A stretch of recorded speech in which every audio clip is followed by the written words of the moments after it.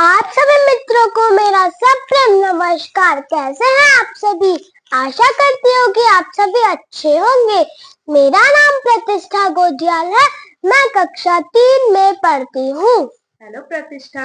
Hello मम्मा। कैसे हो? मैं अच्छी हूँ, आप कैसे हो? मैं भी अच्छी हूँ। तो आपकी स्कूल की छुट्टी थी आज? हाँ। आप स्कूल नहीं गए आज? अब नहीं। क्यों छुट्टी क्यों थी आज आपकी? हमारे स्कूल में दशहरे के लिए छुट्टी पड़ गई। अच्छा, दशहरे के त्योहार के उपलक्ष्य में छुट्टी पड़ी। फिर तो बहुत अच्छा है। तो आप भी दशहरे में अब दशहरा क्या होता है दशहरे के दिन? उसमें रावण जलाते हैं। रावण, बस रावण को जलाते हैं? रावण, कुंभकर्ण और मेघनाथ को जलाते हैं। तो आप तो बहुत खुश हो रखे होंगे। आप भी जाओगे रावण, मेघनाथ और कुंभकर्ण को जलाने के लिए? कैसी बातें कर रहे हो मम्मा? हमें कोई अधिकार नहीं है कि हम उन तीनों के पुतले जला सके। अच्छा। हाँ। रावण, मेघनाथ और कुंभकर्ण के पुतले हमें नहीं जलाने चाहिए? नहीं सब मम्मा। तो जलाते हैं, हम भी जला लेंगे। मम्मा, मैं आपको बताती हूँ कि हमें उनके पुतले क्यों नहीं जलाने चाहिए। तो आप मुझे बताओ कि हमें रावण, कुंभकर्ण और मेघनाथ के पुतले क्यों नहीं जलाने चाहिए?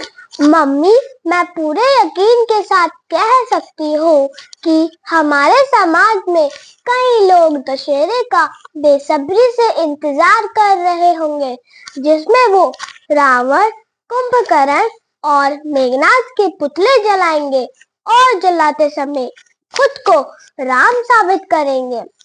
वो रावण, वो महापंडित, पराक्रमी महायोद्धा रावण, जिसने देव, धनुष, किन्नर, नर, नागा, 10 दिशाएं, अग्नि, वायु, वरुण, कुबेर, 10 दिक्पालों को अपनी मुट्ठी में जीत रखा था, जिसकी गर्जना से आकाश कंपायमान हो जाता था, जिसके चलने से धरती डोल जाती थी और हवाएं अपना रास्ता बदल देती थी, जिनकी यश, कीर्ति, वैभव 10 दिशाओं में फैली हुई थी।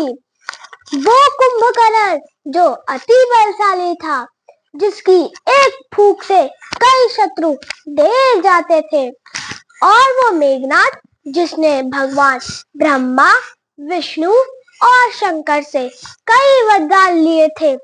उसके पास नाग साप जैसे कई अचूक ब्रह्मास्त्र भी थे। हाँ, उसने देवताओं के राजा इंद्र के सिंहासन को भी जीत रखा था। इसीलिए उसे हम इंद्रजीत भी कहते हैं। मम्मा, इसीलिए हमें कोई अधिकार नहीं कि हम इन तीनों के पुतले जला सके, क्योंकि त्रेता युग में उनको उनकी कर्मों की सजा भगवान राम से मिल चुकी थी। वेरी गुड, ये तो आपने बहुत अच्छी बात बताई। मतलब रावण, मेघनाथ और कुंभकर्ण, इन्होंने जो बल प्राप्त किया था, जो ये बलशाली थे, तो इन्होंने भगवान की बहुत तपस्या की थी, तब जाके इनको ये बल प्राप्त हुआ था। और हम में तो उसका अंश मात्र भी नहीं है ना? थोड़ा सा भी ज्ञान नहीं है रावण के मुकाबले, मेघनाथ के मुकाबले और इनके मुकाबले कुंभकर्ण के, है ना?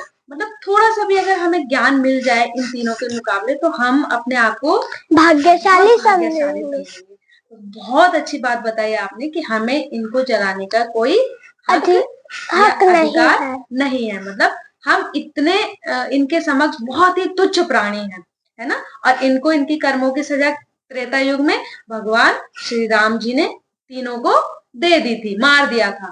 तो अब हमें कोई हक नहीं कि हम इनका पुतला बनाए और पुतला बनाकर जलाए। हाँ, हम ये जरूर कर सकते हैं कि अपने अंदर की बुराइयों को प्रत्येक वर्ष अपने अंदर की किसी एक बुराई को समाप्त कर दे। उसको क्या कर दे? कभी भी अब उसको वापस ना करें। हाँ, मतलब एक बुराई को हम जला सकते हैं, अपने अंदर की एक बुराई को हम प्रत्येक वर्ष जरूर जला सकते हैं या समाप्त कर सकते हैं।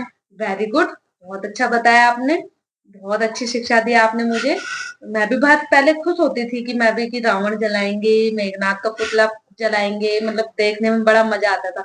लेकिन अब आपने जो मुझे बताया तो मुझे बहुत सारी जानकारी मिली, और आज से मैं भी, हम भी, है ना, मैं नहीं और हम जलाओगे, अब रावण का पुतला कभी नहीं नहीं जलाएंगे। जलाएंगे, और ना ही इसका कुछ। रावण का पुतला जलाने का मतलब क्या है बेटा, आपको कुछ पता है उसमें, मतलब किस चीज का प्रतीक है वो, मतलब क्या क्या दिखाना चाहते हैं उसको रावण का पुतला जला के?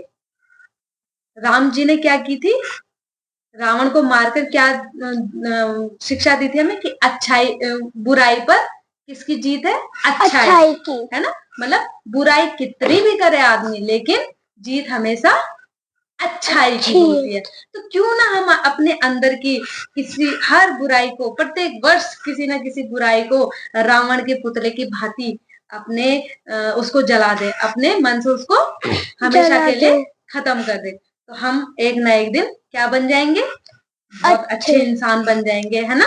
राम के भांति तो हम नहीं बन सकते, प्रभु राम जी की भांति तो हम नहीं बन सकते, लेकिन एक अच्छे इंसान हम जरूर बन सकते हैं। और अच्छे इंसान को हमेशा ईश्वर की प्राप्ति होती है, और अच्छे इंसान बनकर हम एक न एक दिन भगवान को जरूर पा लेंगे। भगवान हमारे पास किसी भी रूप में आ सकते हैं। वेरी गुड, बहुत अच्छा बताया आपने। धन्यवाद। अगर मेरी किसी बात से आपके दिल में ठेस पहुंची हो तो दिल से माफी चाहती हूँ। ये मेरा निजी विचार था।